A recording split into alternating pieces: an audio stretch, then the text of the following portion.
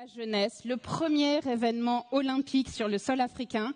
Mesdames et messieurs, merci d'accueillir très chaleureusement le président du Sénégal, Monsieur Bassirou Diomaye Faye.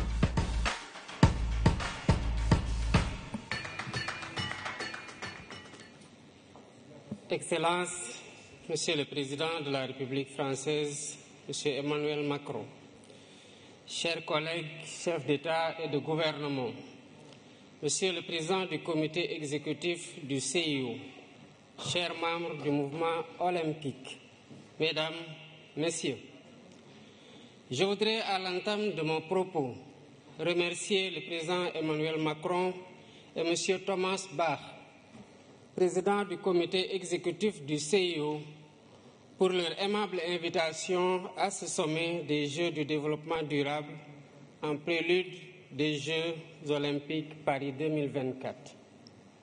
J'adresse à la France, pays hôte, et au mouvement olympique mes meilleurs vœux de succès pour ce rendez-vous de l'excellence sportive mondiale et de la fraternité humaine. En nous réunissant ici sous le sceau, sous la bannière de l'olympisme, nous faisons vivre toute la tradition antique de la trêve olympique, célébrant les idéaux de paix, de sécurité et de compréhension mutuelle entre les peuples. Cette tradition nous rappelle que le sport n'est pas que compétition.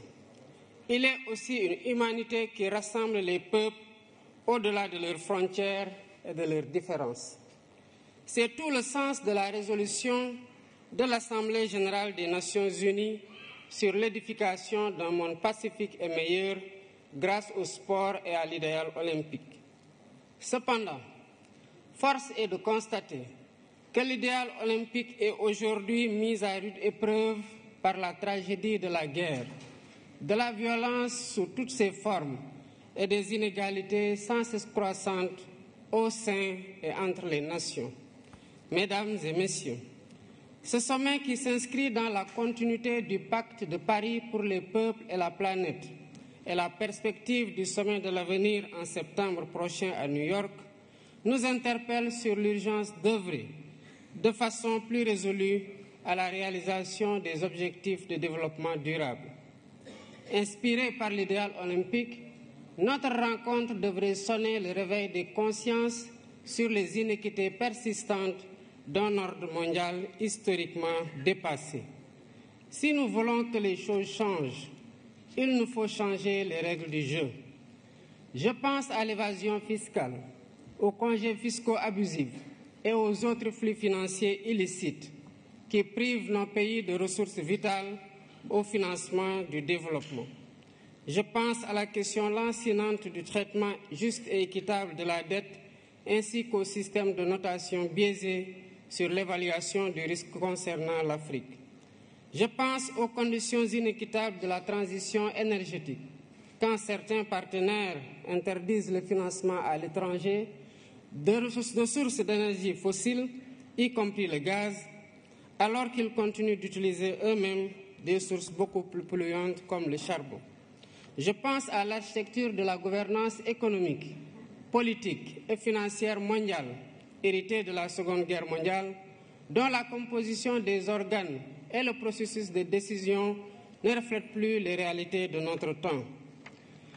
À maintes reprises et à juste titre, le secrétaire général des Nations unies a alerté sur le risque de fragmentation d'un système international obsolète et non inclusif. À l'évidence, un système qui perpétue le statu quo et ignore les besoins légitimes de sa grande majorité crée les germes de sa remise en cause et la recherche de voies alternatives. La mutation du groupe des BRICS en un sud global plus large montre à quel point le système international est contesté et combien il urge de le réformer pour le rendre plus inclusif, plus juste, plus transparent dans l'intérêt compris de tous.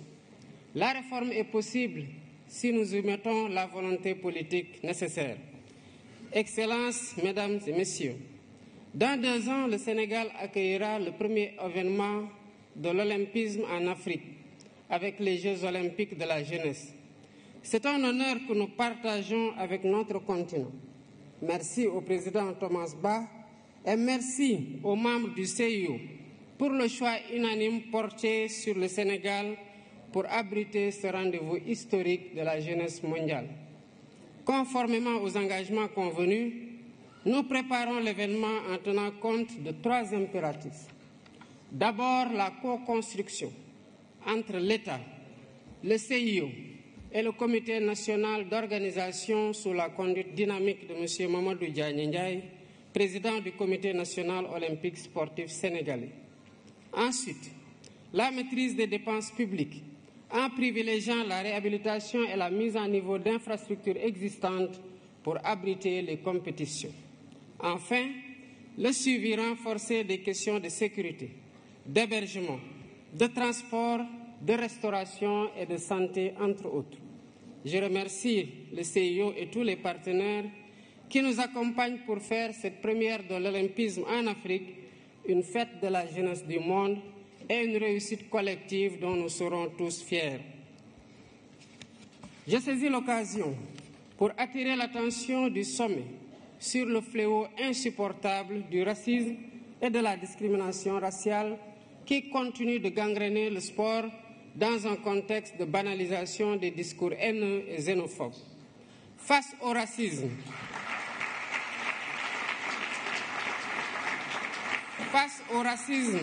et à la discrimination raciale, nous devons rester debout et intransigeants. C'est ainsi que nous pourrons mieux protéger les valeurs cardinales de l'olympisme et célébrer ensemble sa magnifique devise « Citius, Altius, Fortius ».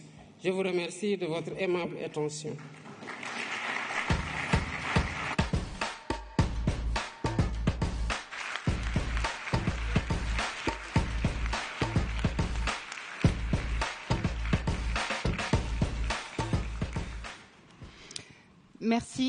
Merci, Monsieur le Président.